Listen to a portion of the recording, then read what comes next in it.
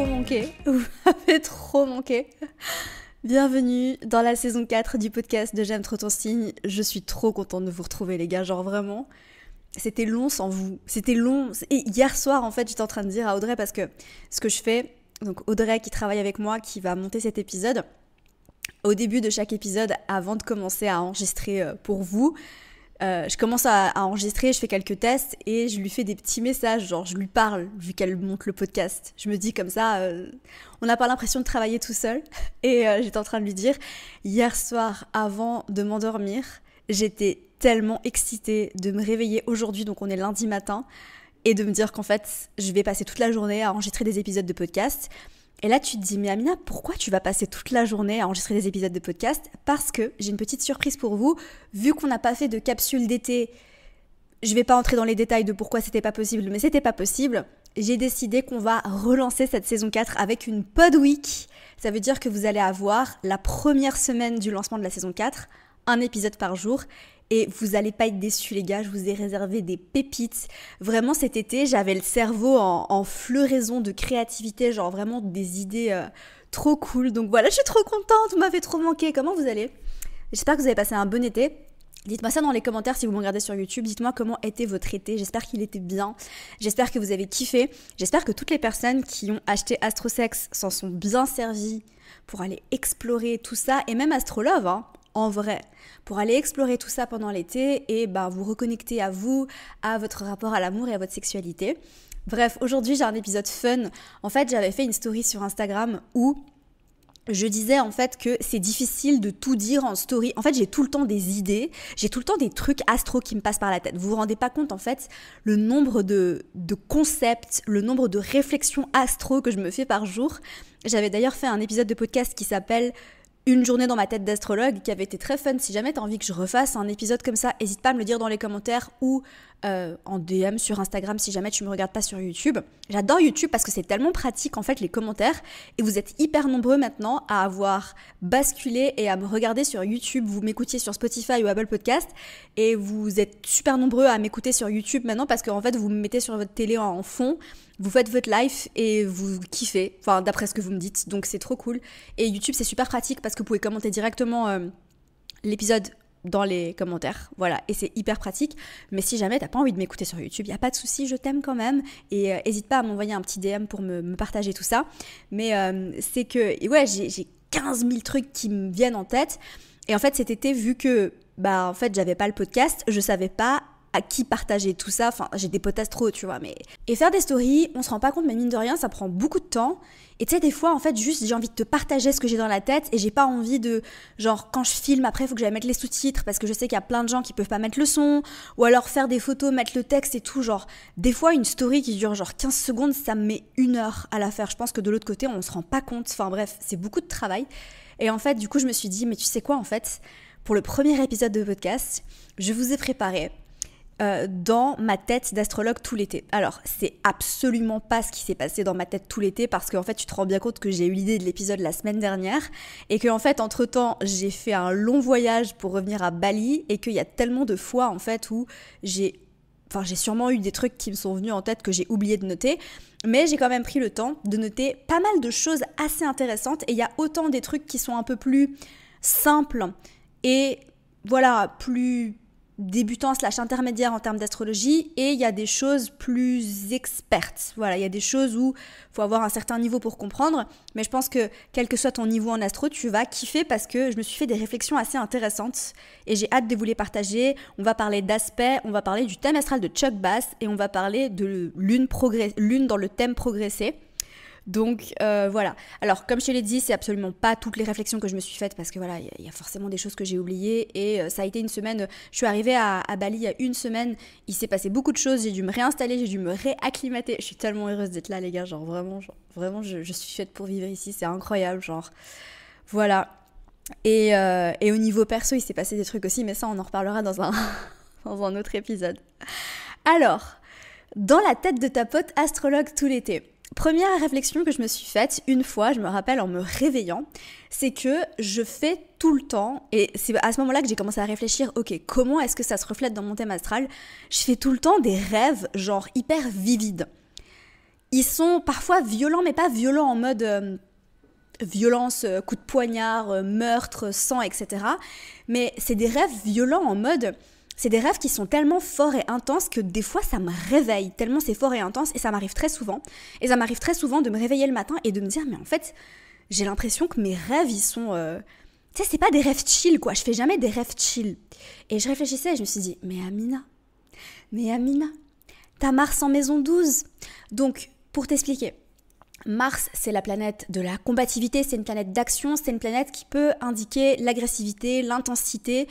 Voilà, elle parle de beaucoup de choses, elle parle aussi de sexualité notamment. On en a parlé en long, en large et en profondeur dans Astrosex. D'ailleurs, hein, mon workshop, si jamais tu as envie de redécouvrir ta sexualité dans ton thème astral. Et Mars, en fait, c'est vraiment une planète, quand elle est placée à un certain endroit dans ton thème astral, qui peut indiquer des conflits, de l'agressivité. Par exemple, les personnes qui ont Mars en maison 6 pourraient potentiellement, ça dépend toujours du reste du thème astral, on est d'accord, hein, mais... Dans pas mal de cas, j'ai pu observer que les personnes qui ont Mars en maison 6 ou en maison 10 peuvent avoir des conflits au travail.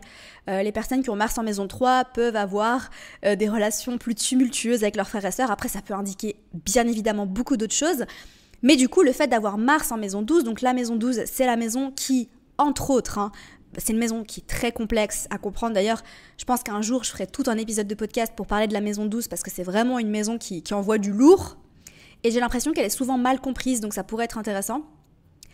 La maison 12, c'est une maison qui parle entre autres d'inconscient, de rêve. C'est la maison en fait dans laquelle c'est là où tu dors en fait. Donc elle te donne des indications sur les rêves que tu fais, ta manière de dormir, etc. Et en fait, du coup, quand t'as la planète de l'agressivité dans la maison du sommeil, ouais, tu fais des rêves assez intenses. Alors, pour moi, dans mon cas, c'est jamais violent dans le sens, je te disais, c'est pas meurtre ou sang, ou voilà, c'est pas violent dans ce sens-là. Mais je pense que c'est parce que j'ai Mars en poisson. Tu vois, si t'as Mars en bélier en maison 12, c'est possible en fait que t'aies des rêves de guerre, des rêves de meurtre, de vraiment d'agression, etc. Alors que moi, c'est juste que c'est des rêves super vivides, qui sont hyper forts et intenses, qui genre me réveillent. Mais vu que c'est en poisson, ça reste assez gentil quand même, tu vois. Donc voilà la première réflexion que je me suis faite. Si t'as Mars en maison 12, dis-moi dans les commentaires ce que t'en penses, parce que ça me paraît hyper plausible quand même.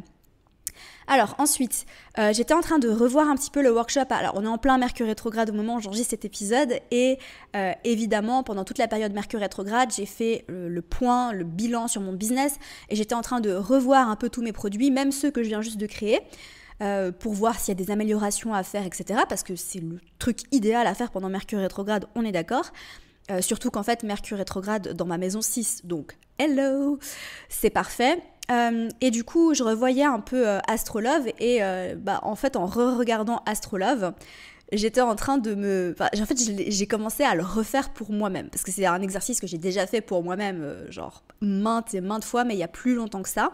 Et là, en fait, je me suis dit, tu sais quoi, genre, je vais me re-questionner sur tout ça pour moi-même pour voir comment j'ai évolué par rapport à ça. Et ce que je te demande de faire, enfin ce que je te propose de faire, entre autres dans Astrolove, c'est de venir analyser ta maison 5 en signe. Donc ça, c'est la première étape d'analyse de la maison 5. Et du coup, moi, je regarde ma maison 5 et je dis, ok, j'ai la maison 5 en cancer.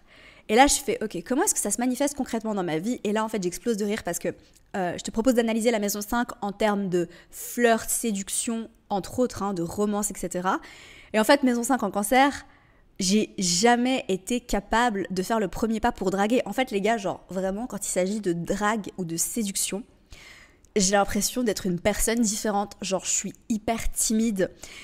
Hier, je me suis fait aborder sur la plage quand je marchais pour le sunset. Et en fait, le mec, il m'aborde genre, tu sais, trop sympa.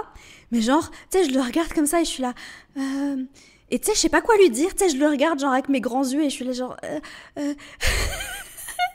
Et je suis mort de rire parce qu'en fait, tu me connais, je suis pas du tout comme ça en vrai. Je suis pas quelqu'un de timide. J'étais timide quand j'étais plus jeune, mais ça c'est une autre histoire et ça se reflète ailleurs dans mon thème astral. Aujourd'hui, je suis plus du tout quelqu'un de timide. Mais quand il s'agit de séduction, genre les gens qui me disent mais pourquoi tu fais jamais le premier pas avec les mecs? Je fais mais je peux pas faire ça les gars. Genre vraiment, je suis pas capable de le faire. Genre vraiment même, tu sais, j'écoute pas mal de podcasts en mode... conseils dating, etc. Et en fait, ils disent souvent laisse le mec faire le premier pas vers toi, mais lance-lui des regards, genre fais-lui des appels de phare en mode regarde-le plusieurs fois, tu vois, genre fais-lui comprendre que c'est ok pour qu'il vienne vers toi. Mais genre même ça, genre vraiment regarder un mec plusieurs fois, genre je rougis déjà, genre vraiment je suis pas capable. Donc voilà, j'ai la maison 5 en cancer. Ensuite, on avait parlé sur Instagram de faire le thème astral de Chuck Bass. Alors, il faut toujours que je le fasse, mais je pense que je vais le faire dans une vidéo YouTube. Et en fait, j'ai eu le mauvais thème astral, donc celui que je vous ai partagé, c'était pas son bon thème astral parce que je re-regarde Gossip Girl en ce moment. Si tu sais pas, Chuck Bass, personnage iconique de la série Gossip Girl, qui est aussi une série iconique. Et en fait, en la re-regardant maintenant, je me rends compte à quel point c'est une série qui est hyper bien travaillée d'un point de vue du scénario et qui n'a rien à voir avec le bullshit qu'on nous sert en ce moment sur Netflix. Je suis désolée, mais il y a beaucoup de séries genre en mode j'ai envie de rouler des yeux parce que c'est vraiment pas des séries qui sont aussi bien travaillées. Tu vois, genre Emily in Paris, c'est ok, tu vois, genre je vais pas cracher dessus, mais quand tu réfléchis vraiment en termes de construction des personnages, de scénario et de tout le travail qu'il y a derrière une série, tu peux pas comparer Emily in Paris avec des séries comme Gossip Girl ou Game of Thrones. J'ai jamais été team Game of Thrones, mais voilà, j'ai beaucoup discuté avec des personnes qui m'ont dit que c'est une série qui est effectivement hyper bien travaillée et moi je suis très sensible à ça. Et je me rends compte que voilà, Gossip Girl c'est une série iconique parce qu'en fait la manière, enfin le plot, tu vois, genre vraiment le scénario, l'intrigue, l'histoire est ouf et les personnages sont très profonds aussi. Et d'ailleurs, un truc pour moi, pour savoir si un personnage est très bien construit, si j'arrive à faire son thème astral, c'est un personnage bien construit. Voilà. Il y a des séries où vraiment les personnages sont hyper plats, ils montrent pas leur personnalité, où tu vois pas leur personnalité, du coup t'arrives pas vraiment à faire leur thème, et si t'arrives pas à faire le thème astral d'un personnage dans une série ou dans un film, c'est que le personnage est pas suffisamment construit, ou du moins qu'il a pas suffisamment de profondeur. Voilà, ça c'est une autre réflexion que je te fais à l'instant, que je m'étais aussi faite d'ailleurs cet été. Mais du coup, thème astral de Chuck Bass, et en fait, j'avais vu dans un premier temps, donc avec le mauvais thème astral, je ferais le bon thème astral parce que finalement, il a le soleil en Capricorne et je me rappelle plus de ses autres placements. Mais j'avais vu qu'il était taureau parce qu'en fait, j'avais eu la mauvaise date de naissance et j'avais vu soleil en taureau et en fait, il avait un stellium en cancer. Et au premier abord, je me suis dit, Chuck Bass, alors si jamais t'as pas regardé Gossip Girl et que t'as envie de le regarder, skip peut-être les minutes à venir parce que je risque de spoiler, voilà. Parce que j'ai besoin d'en parler. Mais et si tu sais pas qui c'est Chuck Bass et que t'as jamais regardé Gossip Girl, je sais pas ce que tu fais. Donc c'est ton signe pour commencer à regarder Gossip Girl. Elle est dispo sur Netflix si jamais. Voilà. Mais du coup, j'avais vu que Chuck Bass avait un stellium en cancer. Donc il a Lune, Vénus et Mars en cancer. Et au premier abord, je me suis dit, Chuck Bass, soleil en taureau. Alors, ce qui matchait super bien, c'est que il avait le soleil en taureau en opposition à Pluton. Et pour moi, vraiment ça match hyper bien avec donc tout ce qui s'est passé avec son père. Donc son père en fait vraiment qui est une figure d'autorité et de pouvoir qui... Oula, je vais faire tomber ma plante. Ça va bien se passer chérie. Une figure d'autorité et de pouvoir qui écrase vraiment Chuck Bass, hein, vraiment qui l'écrase. Donc moi ce que je voyais bien dans son thème, ça aurait été qu'en fait il aurait eu potentiellement son soleil donc en carré à Saturne, en opposition à Pluton, ou du coup en opposition en fait il y aurait eu un aspect dissonant à Saturne et un aspect dissonant à Pluton, ou alors une conjonction avec Saturne, ça je l'aurais vu aussi, tu vois, Soleil Saturne opposé Pluton, parce que vraiment son père c'est une figure hyper puissante, tu vois, genre c'est vraiment un des hommes les plus puissants de New York, genre très riche, qui a vraiment construit, et qui est vraiment un homme hyper dur, hyper froid, qui écrase Chuck tout au long de la série, enfin jusqu'au moment où... Enfin bref, voilà, je vais pas spoiler trop loin non plus, mais qui vraiment l'écrase, et lui fait vraiment se sentir comme un moins que rien, genre t'es jamais assez bien, tu seras jamais à ma hauteur, mais même pas qu'il lui fait sentir, clairement il lui dit, tu vois, genre t'es mou, enfin voilà, un homme hyper dur, hyper froid, mais qui voilà est très puissant. Du coup ça résonnait bien, Soleil en taureau opposé à Pluton en Scorpion pour voilà la manifestation de cette figure d'autorité hyper froide. Et d'un autre côté on avait Lune, Mars et Vénus en Cancer, et là je me suis dit et en fait avec ça en tête je continuais de regarder la série et je me suis dit mais en fait il y a vraiment des moments où Chuck il est hyper Cancer, dans le sens où vraiment c'est quand même quelqu'un qui a du mal à s'ouvrir, donc Cancer, il se livre vraiment très peu. Donc Soleil opposé Pluton, j'ai une personnalité qui est quand même très, tu vois, imposante, magnétique. Donc, il est hyper magnétique dans la série quand même. Et en même temps, je dévoile pas du tout mes cartes, je ne m'ouvre pas. Il a eu un mal fou à dire à Blair qu'il l'aimait alors qu'il l'aimait depuis si longtemps. Avoir un mal fou à s'ouvrir, mais en fait, il a un cœur tout doux. Et ça, tu le vois à plusieurs reprises, et en fait, avec sa lune en Cancer, et en plus de ça, les gars, il y avait un truc qui matchait hyper bien aussi avec ce thème astral-là, Et je sais pas si le nouveau, il matchera, enfin le nouveau, du coup le vrai, il matchera aussi bien, parce que celui-ci, il matchait très très bien.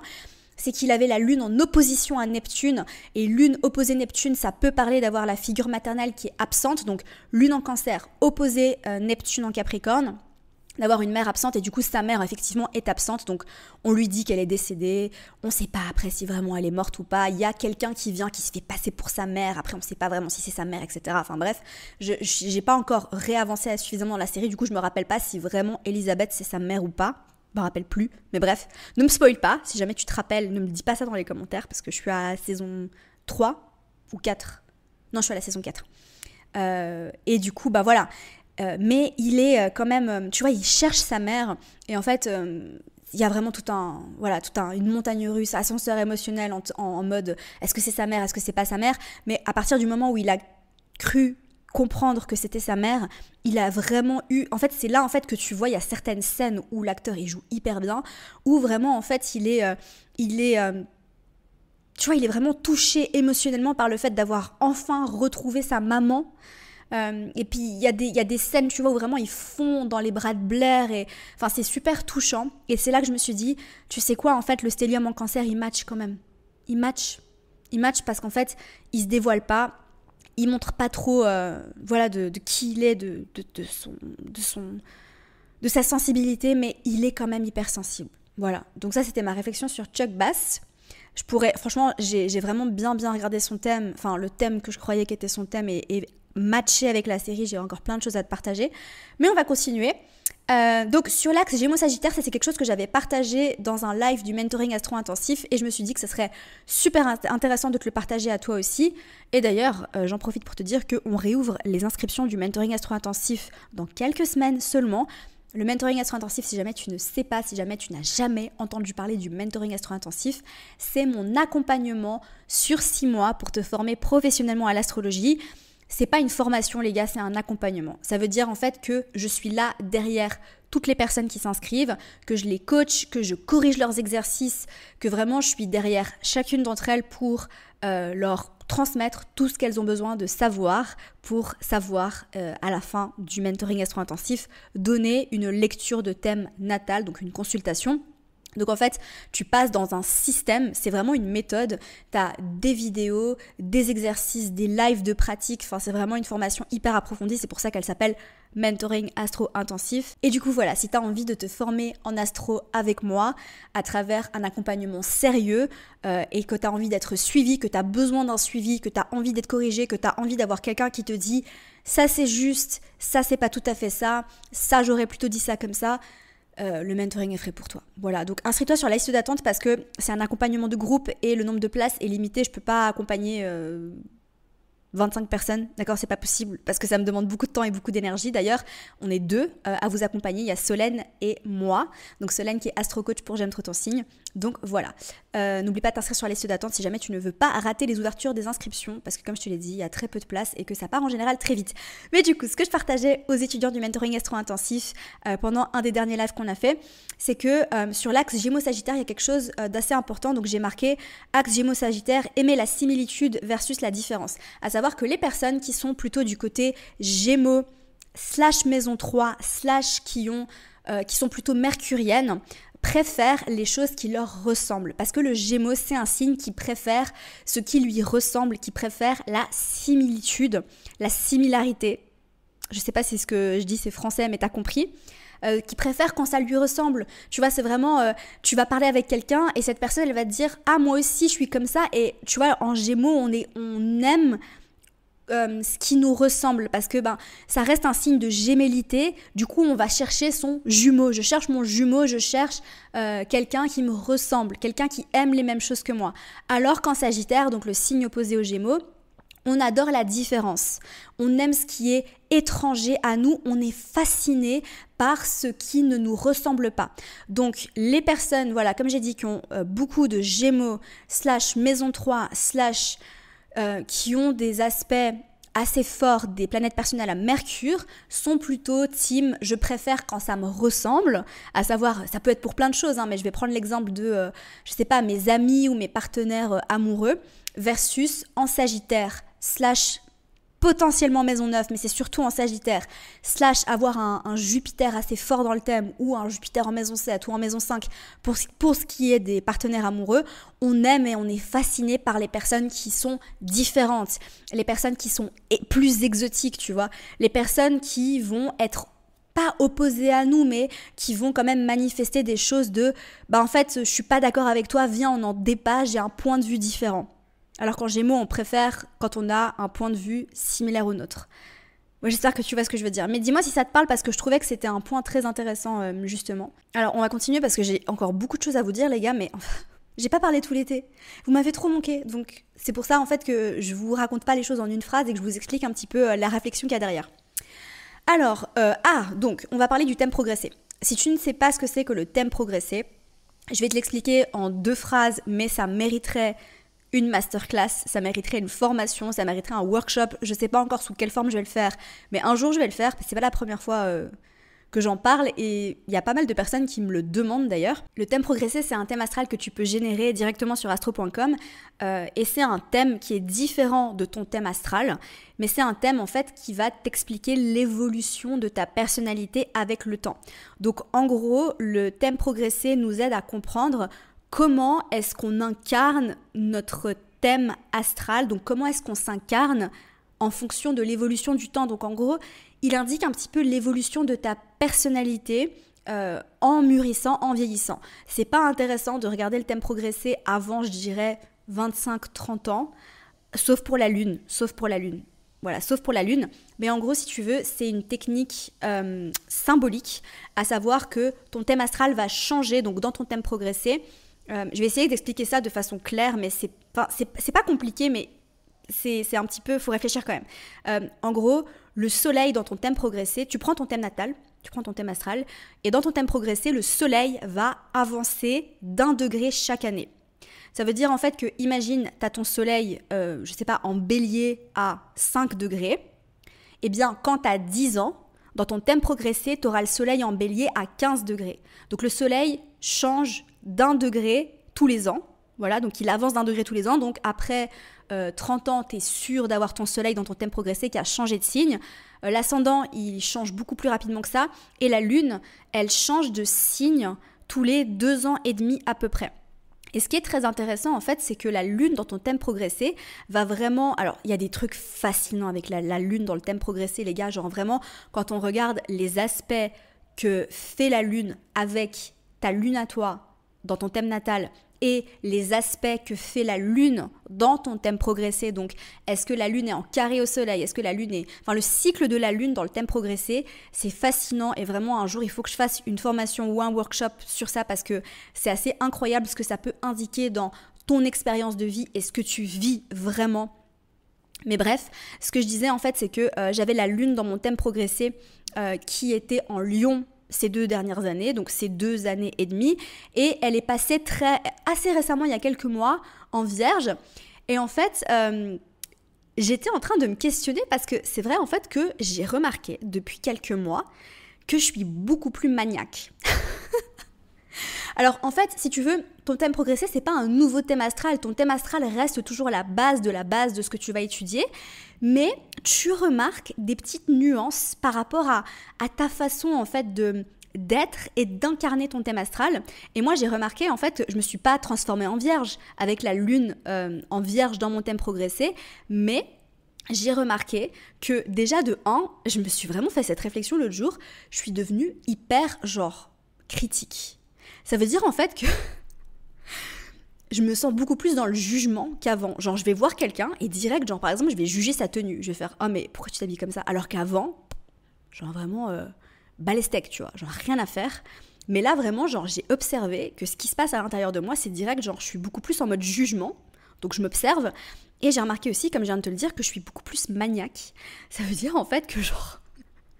je me lave tout le temps les mains, mais tu sais, j'ai toujours été quelqu'un de très propre, on est d'accord. Enfin, mes 2 parents sont maniaques, donc vraiment, j'ai grandi dans un environnement hyper propre et hyper, voilà. Donc j'ai toujours été très propre. Mais là, tu vois, par exemple, je me lave les mains genre beaucoup plus souvent qu'avant, je suis hyper attentive. Genre l'autre jour j'étais là, tu sais je suis pas du tout team gel bactérien dans mon sac tu vois, mais j'étais là mais en fait c'est dégueulasse, genre t'imagines dans l'avion le nombre de personnes qui sont assises là, tu sais je commençais à avoir des réflexions comme ça et j'étais là mais est-ce que vraiment c'est propre, genre ils nettoient les sièges et tout, tu sais je me disais imagine il y a quelqu'un genre qui s'est assis là, il a dormi et tout, il a bavé, est-ce qu'il vraiment il nettoie les sièges, tu sais je me faisais des réflexions comme ça alors qu'avant genre ça me traversait pas du tout l'esprit. Tu vois ce que je veux dire? Ou genre du coup mon téléphone, j'ai appris assez récemment qu'un téléphone apparemment c'est plus sale qu'une cuvette de toilette. Ça m'a dégoûtée. Et du coup en fait j'ai acheté un spray comme ça. Genre, bon c'est hyper toxique, hein, c'est pas du tout bon pour la santé. Mais je me suis dit au moins genre je vais sprayer mon téléphone une fois par jour, histoire que genre ce soit plus du tout un nid à bactéries, tu vois. Enfin bref, du coup c'est la réflexion que je me suis faite par rapport à la lune dans mon thème progressé qui est passée en vierge. Je le sens vraiment les gars, genre je le sens de ouf. Et j'ai remarqué aussi que par rapport à la période où j'avais la lune en lion dans mon thème progressé, j'ai beaucoup moins besoin de reconnaissance. Genre, c'est fou parce que c'était... Alors, j'avais la lune en lion dans mon thème progressé, surtout quand j'étais dans mon ancienne relation de couple. Et en fait, je souffrais du fait que mon ex ne me faisait pas beaucoup de compliments. Et là, en fait, je ressens plus du tout le besoin qu'on me fasse des compliments. Genre, j'apprécie les compliments, mais avant, genre vraiment, je sentais que je souffrais du fait qu'on m'en en fasse pas. Alors que là, bon, voilà. Donc voilà, tout simplement, tu me diras si tu as été voir ton thème progressé, va regarder la lune, va t'intéresser un petit peu à ça. Je t'invite à faire tes propres recherches si jamais tu débutes et que tu n'as rien capté à ce que je viens de te dire. Pas de panique, ça viendra. Vraiment, je te conseille pas de t'intéresser à ça si t'as pas un bon niveau d'astrologie parce que c'est quand même, c'est quand même des choses qu'on vient regarder quand on a un assez bon niveau. Mais dis-moi dans les commentaires aussi si jamais ou en DM sur Instagram t'as envie que j'en parle un peu plus en détail. Ensuite, j'avais noté aspect lune-mars, besoin de sexualité pour se sentir en paix. Ça, je l'avais partagé en story sur Instagram. Les personnes qui ont des aspects lune-mars dans leur thème astral, quelle que soit la nature de l'aspect, que ce soit une conjonction, une opposition, un carré, un trigone, un sextile, vraiment, c'est des personnes qui ont besoin d'avoir une sexualité épanouie pour se sentir en paix à l'intérieur d'elle-même. Donc pour se sentir en harmonie, parce que la lune représente entre autres dans le thème astral les besoins, et du coup Mars c'est entre autres une planète de sexualité, lune en aspect à Mars, pour me sentir bien, pour me sentir en paix, pour sentir que tout va bien dans ma vie, j'ai besoin d'avoir une sexualité épanouie. Voilà. Alors, reconnecte à ton enfant intérieur grâce à la lune et la maison 5 dans ton thème astral. J'ai prévu tout un épisode de podcast sur ça parce que je pense que c'est intéressant, mais un bon moyen de reconnecter avec ton enfant intérieur, c'est d'aller analyser la lune dans ton thème astral et de regarder comment tu peux l'interpréter, quelles sont les activités que tu faisais quand tu étais enfant. Donc la lune et la maison 5, puisque la maison 5 peut aussi parler d'enfant intérieur et d'expression de soi. Et du coup, quand on associe les deux, je pense qu'on peut vraiment faire un beau travail sur l'enfant intérieur. Mais je vais vous préparer un podcast là-dessus parce que voilà, je ne vais pas trop m'étaler maintenant. Alors ça, je l'avais partagé dans ma dernière vidéo YouTube. Mais je te le redis parce que je l'avais noté là. La lune en maison 2, j'ai la lune en maison 2 et j'ai toujours aimé l'argent. Et en fait, je me suis rappelé de ça parce que j'étais en Suisse chez mes parents, du coup. Et en fait, je suis tombée sur plein de photos de moi ou de dessins de moi ou de mes anciens agendas quand j'étais petite, etc. Mes cahiers, etc. Et en fait, mon ancienne signature, quand je signais, donc si tu le sais, c'est marqué partout, je m'appelle Amina Sutter. On dit Sutter et pas Sutter. Je sais pas pourquoi tout le monde pense qu'on dit Sutter. Ce n'est pas un nom de famille américain, c'est un nom de famille qui est extrêmement suisse. Si tu es suisse, tu sais que Sutter, c'est un nom très suisse. Bref, et du coup, je signais Amina S. Et le S, je faisais $1 depuis que j'ai 5 ans, parce que depuis que je suis toute petite, j'ai toujours aimé l'argent. Je me rappelle, je pensais encore à ça hier avant de m'endormir, mon grand-père, qui donc est décédé, que j'aimais très fort de tout mon cœur, qui est avec moi, je le sais, quand j'étais petite, il me donnait tout le temps une pièce de 5 francs suisses. À chaque fois que je le voyais, je me rappelle encore, je le vois encore sortir son vieux porte-monnaie en cuir qu'il avait fait lui-même parce qu'il était relieur. Il sortait son vieux porte-monnaie en cuir qu'il avait fait et il avait toujours une pièce de 5 francs à me donner. Et en fait, je l'aimais très fort, hein, j'allais pas le voir pour qu'il me donne 5 francs, mais je me rappelle qu'à chaque fois qu'il me donnait cette pièce de 5 francs, je m'illuminais et je la collectionnais, je les gardais.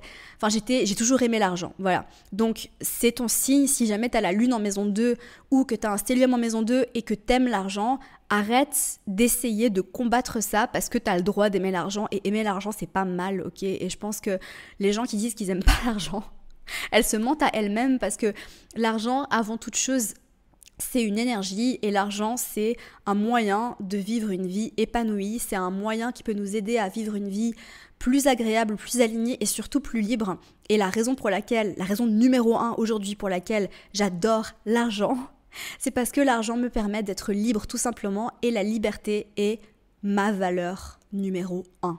Vraiment, je suis très au clair avec mes valeurs dans la vie, et la liberté fait partie de mes valeurs numéro 1. C'est pour ça que je fais tout ce que je fais, les gars, dans la vie. Voilà. On continue. Tu me diras dans les commentaires si jamais t'as la lune en maison 2 et si tu ressens la même chose que moi. Mais moi, c'est vraiment depuis que je suis toute petite, tu vois. Donc c'est très lune en maison 2, ça. Il n'y a rien de négatif en astrologie. Je vais pas m'étaler là-dessus parce que j'ai fait un post du coup. En fait, j'avais noté ça dans mon app et après je me suis dit, mais tu sais quoi, en fait, il faut que je fasse un post là-dessus. Du coup, j'ai fait un post sur Instagram. Il n'y a rien de négatif en astrologie. Pour te la faire courte, il n'y a rien qui est négatif. Il y a des choses qui sont challengeantes. Difficile ne veut pas dire mauvais. Voilà. J'ai l'impression qu'on vit dans une société qui nous amène à être beaucoup trop confortable. Et du coup, tout ce qui nous permet de sortir de notre zone de confort ou qui nous fait nous sortir de notre zone de confort est perçu comme mauvais. Mais je sais pas si t'as besoin d'entendre ça, babe. Je vais te le dire. You can do hard things. Tu peux faire des choses difficiles. Et ça, c'est quelque chose que j'avais en fond d'écran pendant très longtemps, parce que des fois, on a besoin de se retrousser les manches et de faire des choses difficiles, et c'est pas parce que c'est difficile que tu peux pas le faire. Voilà. Donc, tout ce qui est difficile, challengeant, n'est pas mauvais, bien au contraire. Les aspects dissonants peuvent être challengeants, peuvent être difficiles à vivre, oui. Ils t'aident à grandir, ils t'aident à devenir exceptionnel, ils t'aident à travailler sur toi. Les transits challengeants peuvent être douloureux, peuvent être difficiles à vivre. J'ai même fait un réel là-dessus en parlant d'un transit de Saturne. Je suis devenue je suis devenue une personne de laquelle je suis hyper fière à la suite de ce transit de Saturne. Vraiment. Donc, il n'y a rien de négatif en astrologie, tout comme il n'y a rien de positif en astrologie. D'accord ? Il y a ombre et il y a lumière. Est-ce que l'ombre est négative ? Absolument pas. Est-ce que la lumière est positive ? Absolument pas. Donc c'est pour ça que j'utilise jamais les mots négatifs ou positifs dans ma pratique de l'astrologie. Ensuite, Mercure opposé Pluton plus Vénus trigone Pluton. J'ai souvent des obsessions assez intenses qui durent quelques jours. Alors oui, donc j'ai dans mon thème astral donc Mercure en Taureau opposition exacte d'ailleurs à Pluton en Scorpion, et j'ai aussi donc ma Vénus en Poisson qui est en trigone à Pluton. Tout ça fait que j'ai une personnalité assez obsessive. J'ai pas du tout une personnalité addictive, et ça c'est intéressant parce que j'ai quand même Mars et Vénus en Poisson en maison 12. Mais je suis pas quelqu'un qui a des tendances addictives du tout, tu vois. Genre, je peux très bien acheter plein de chocolat et de bonbons, les garder dans mon placard, en manger 2, et c'est tout. Genre, je suis quelqu'un d'hyper modéré. Je me rappelle, j'ai connu beaucoup de personnes dans ma vie qui n'étaient pas capables de faire ça, tu vois. Genre vraiment, si elles achetaient une tablette de chocolat, elles étaient obligées de la finir, alors que je suis pas du tout comme ça, donc je suis vraiment très très modérée. Mais par contre, j'ai des obsessions. Je peux avoir une obsession sur quelqu'un. Alors ça m'arrive très souvent en amour, Vénus-Pluton, et Vénus est maître de ma maison 7 aussi, et du coup Mercure, donc tout ce qui se passe dans la tête. Quand j'ai une fixette sur quelqu'un, les gars, en particulier les mecs, genre vraiment, c'est obsessionnel. Donc ça, il y a ça. Obsession aussi pour, l'astrologie, je te cache rien, mais c'est ce qui fait en fait que je suis tombée hyper vite dans l'astrologie, c'est qu'en fait du jour au lendemain je suis devenue obsédée. Quand je dis obsédée, je rigole pas en fait, c'est juste que je mangeais, je respirais, j'arrivais pas à faire autre chose que de parler d'astrologie. Quand j'ai découvert l'entrepreneuriat en ligne, j'étais aussi obsédée par l'entrepreneuriat en ligne. Ça veut dire que je passais genre chaque seconde de mon temps éveillée à apprendre tout ce que je pouvais savoir sur l'entrepreneuriat. Et parfois j'ai des obsessions un petit peu étranges du style, il y a quelques temps j'ai été obsédée par la Corée du Nord. Ça veut dire en fait que, je sais pas, genre j'ai développé une sorte... Ça a duré 3 jours, je crois, ou 3-4 jours. Pendant 4 jours, j'étais obsédée par la Corée du Nord. Ça veut dire en fait que j'ai regardé tous les documentaires possibles et imaginables sur la Corée du Nord et j'avais besoin de savoir ce qui se passait vraiment là-bas. Voilà. ça m'arrive comme ça. Des fois, j'ai des obsessions sur... par exemple, je suis obsédée par un ingrédient spécifique. Et du coup, je vais vouloir manger que ça pendant une semaine ou deux. Ou genre, je suis obsédée par un plat en particulier. Tu vois, j'ai découvert un nouveau dessert et du coup, c'est mon nouveau dessert à moi. Et j'ai besoin de le manger, genre, à chaque fois que j'ai envie de manger un dessert. Enfin bref, voilà. Ensuite, signe de feu, le plus feu, bélier, signe de terre, le plus terre, taureau. Oui, alors je me suis fait une réflexion, je me suis dit, quand même le bélier, c'est le signe de feu le plus feu. Tu vois, genre si on devait, genre... Après, j'ai pas envie de faire de classement, il n'y a pas de classement des signes, ok, genre tous les signes sont exceptionnels, mais quand même quand on pense à un signe de feu, je me dis quand même que le bélier incarne vraiment, je dirais même l'élément du feu le mieux. Voilà. Ensuite, je réfléchissais à quel est le signe d'air le plus aérien, et je me dis vraiment que le Gémeaux, c'est le signe d'air le plus aérien, mais je pense que c'est aussi parce que c'est dû aux modalités. Tu vois, le feu, c'est vraiment un élément qui te pousse à agir, passer à l'action, on y va. Modalité cardinale, feu cardinal, on y va. Pour Gémeaux et Poissons, donc je pense que le signe le plus haut, c'est le Poisson, selon moi, hein, vraiment. Mais c'est parce que l'air et l'eau, c'est vraiment la modalité mutable, je trouve qu'elle colle très bien à l'élément de l'air et à l'élément de l'eau. C'est ce qui fait en fait que du coup le Gémeaux, donc signe d'air mutable, et le Poisson, signe d'eau mutable, sont vraiment les signes les plus airs et les plus hauts. Et du coup, le roi des signes de terre, pour moi, c'est le Taureau, parce que la terre, c'est un élément d'ancrage, et du coup, sa modalité fixe lui va hyper bien. Voilà. Après, ça veut pas dire qu'ils sont mieux que les autres, hein, c'est juste une réflexion que je m'étais faite comme ça, qui me passait par la tête. Ensuite, si Taureau et Vierge et Capricorne se battent, qui gagne? Alors il y a des réflexions profondes et il y a des réflexions comme ça. Moi je me suis dit, si Taureau, Vierge et Capricorne se battent, qui c'est qui va gagner? Dis-moi dans les commentaires, t'en penses quoi? Je sais pas. Mais je me suis dit, si Bélier, Lion et Sagittaire se battent, c'est clairement Bélier qui gagne. Si Scorpion, Poisson et Cancer se battent, c'est clairement Scorpion qui gagne. Je parle de combat, combat, tu vois, genre on se bat. Mais par contre, si Gémeaux, Balance et Verseau, c'est Verseau qui gagne, je pense. Clairement. Clairement, Verseau, il les défonce. Mais si Taureau, Vierge et Capri se battent, qui c'est qui gagne? Est-ce que c'est Capri? Je sais pas, dis-moi dans les commentaires ce que t'en penses. En vrai, on s'en fout, hein, mais voilà. Et ensuite, alors ça c'est une dernière réflexion, parce que je discutais avec une copine à moi, et on se disait en fait qu'il y a quand même une sacrée différence entre... Après, je vais revenir sur ce que j'ai dit, parce que... Ok, je vous le dis, et après, c'est la dernière réflexion que je me suis faite. Hommes taureaux, les hommes taureaux versus les femmes taureaux.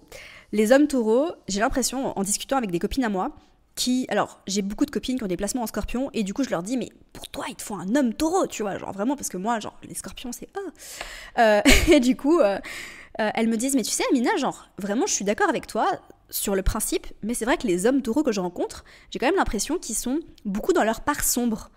Ils sont pas trop dans les parts lumineuses du taureau. Oui, j'ai remarqué que, tu sais, et en fait je comprends pourquoi, parce que le taureau c'est quand même un signe qui est très résistant au changement.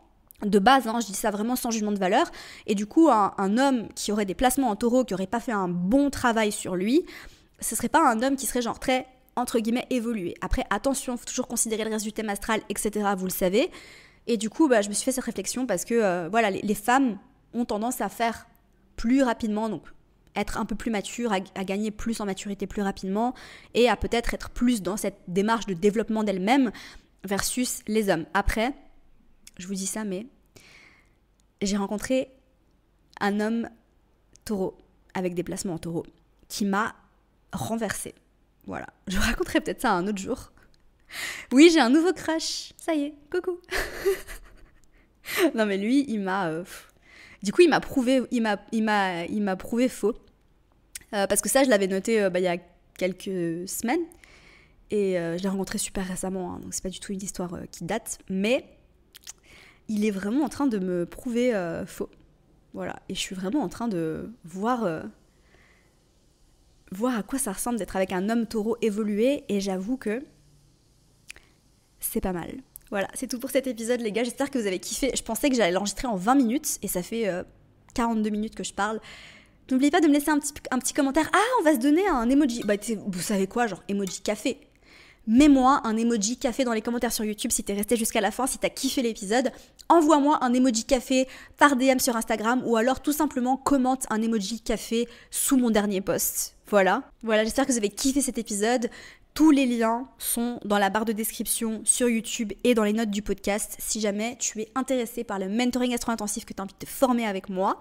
Ça se passe dans le mentoring vraiment genre, je suis hyper proche de tous les participants. Je suis là pour vous guider, pour vous aider à progresser et l'évolution est fulgurante. Vraiment les personnes qui sortent de cette formation, donc les personnes qui s'impliquent vraiment, qui suivent la formation, qui s'impliquent, qui participent, elles ressortent transformées à 2 niveaux.